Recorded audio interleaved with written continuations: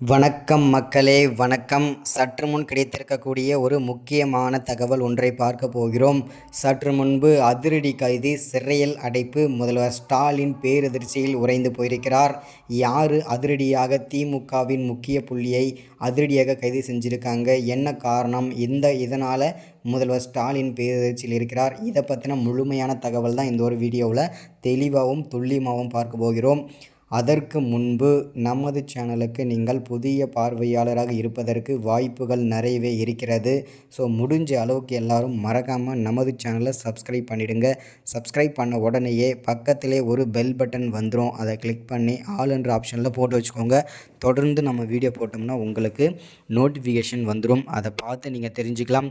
இன்றைக்கி என்ன அரசியல் நியூஸ், இன்றைக்கி என்ன அரசியல் அப்டேட்டுன்றதை தெளிவாகவும் துல்லியமாகவும் தெரிஞ்சுக்கலாம். ஸோ ஓகே, வாங்க வீடியோக்குள்ளே போகலாம். மறக்காமல் லைக் பண்ணுங்கள், ஷேர் பண்ணுங்கள், ஓகேங்களா?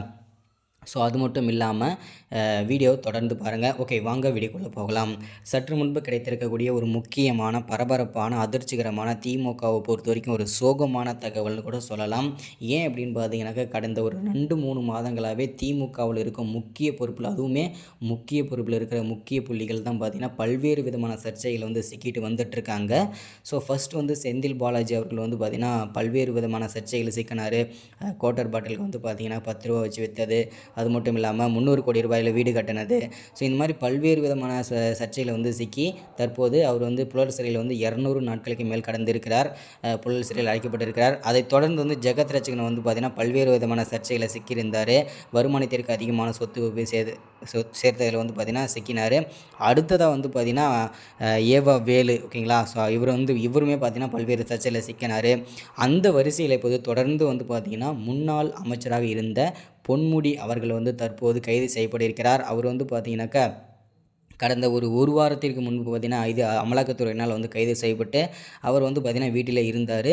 வீட்டோட கைது பண்ணி வச்சுருந்தாங்க. அவருக்கு சென்னை உயர்நீதிமன்றம் பார்த்திங்கனாக்கா 3 ஆண்டுகள் சிறை தண்டனையும், அடுத்ததாக 50 லட்ச ரூபாய் அபராத தொகையும் பார்த்திங்கன்னா அவரும் அவரது மனைவியும் 3 ஆண்டுகள் சிறை, 50 லட்ச ரூபாய் அபராத தொகையை கட்ட சொல்லியிருந்தாங்க சென்னை உயர்நீதிமன்றம்.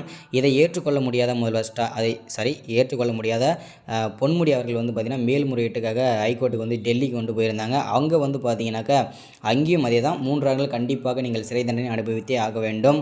அது மட்டும் இல்லாமல் 50 லட்ச ரூபாயும் கட்ட வேண்டும்ன்றத தெளிவான உறுதியான அதிரடி தீர்ப்பும் வழங்கிட்டாங்க. ஸோ இதனால் முதல்வர் ஸ்டாலின் பேரதிர்ச்சியில் இருக்கிறார். ஏன்னா உங்களுக்கு தெரியும் நினைக்கிறேன். ஸோ இருந்தாலுமே திமுக அமைச்சர்கள் பல்வேறு சர்ச்சையில் சிக்கிட்டு வந்துட்டுருக்காங்க. ஒருத்தராக போயிட்டு இருந்தால் கண்டிப்பாக திமுகவோட ஆட்சி களைவதற்கான வாய்ப்புகள் கூட நிறைய இருக்கும்.